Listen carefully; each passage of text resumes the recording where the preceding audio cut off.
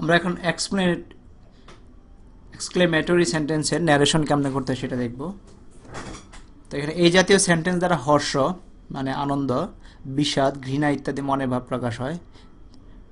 তো এখানে করার প্রথম রুলসটা হচ্ছে এক্সক্লেমেটরি সেন্টেন্সকে পরোক্ষোক্তিতে পরিবর্তনের সময় বাক্যের পূর্ণ অর্থ প্রকাশের জন্য রিপোর্টিং ভার্বকে উঠায় দিয়ে যেগুলো নিতে হবে। দুঃখপূর্ণ অবস্থায় ক্রাই আউট ইন সরো অর এক্সক্লেম ইন বা উইথ গ্রিফ।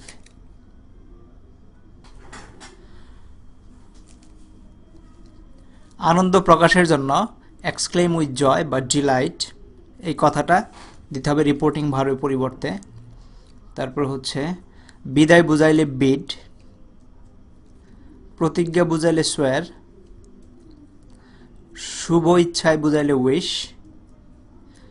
এগুলো আমাদের রিপোর্টিং ভার্বের পরিবর্তে লিখতে হবে। এই অর্থের উপর নির্ভর করে এই কোনটা বসবে সেটা আমাদের ঠিক করতে হবে। রুলস 2 হচ্ছে এক্সপ্লেনেটরি সেন্টেন্সে ইনভার্টেড কমা উঠিয়ে দিয়ে দ্যাট বসাতে হবে। আর অনেক ক্ষেত্রে দ্যাট ব্যবহার না করলেও হয়, তবে দ্যাট বসানোটাই ভালো। বাক্যটি অ্যাসার্টিভ সেন্টেন্সে পরিণত করতে হবে। বাক্যটি আর তখন এক্সক্লেমেটরি সেন্টেন্স থাকবে না, ওইটা অ্যাসার্টিভ সেন্টেন্স পরিণত হয়ে যাবে। তো একটা উদাহরণ দিই, he said alas I am undone. তো he cried out sorrow that he was undone. তারপরে captain said hurrah our team has on.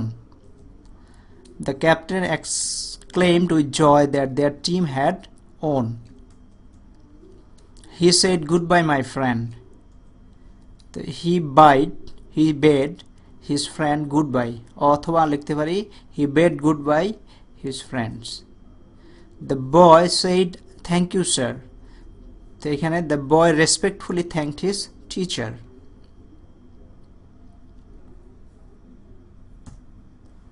Next আমরা দেখি রুলস 4। অনেক সময় এক্সপ্লেনেটরি সেন্টেন্সের প্রথমে হোয়াট, হাউ ইত্যাদি শব্দের দ্বারা কোনো কিছুর আধিক্য প্রকাশ করা হয়। এই সমস্ত ক্ষেত্রে ওই সকল শব্দ উঠিয়ে দিয়ে গ্রেটলি, ভেরি, ভেরি মাচ কিংবা গ্রেট দ্বারা বাক্যের ভাব প্রকাশ করতে হবে।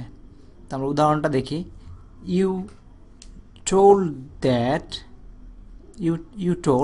What a happy news. তো এটাকে যদি আমরা করতে চাই তাহলে he told that it was a very happy news. এখানে ইউ হবে না, অ্যাকচুয়ালি এটা হবে হি, এখানে ভুল আছে। এখানে he told what a happy news।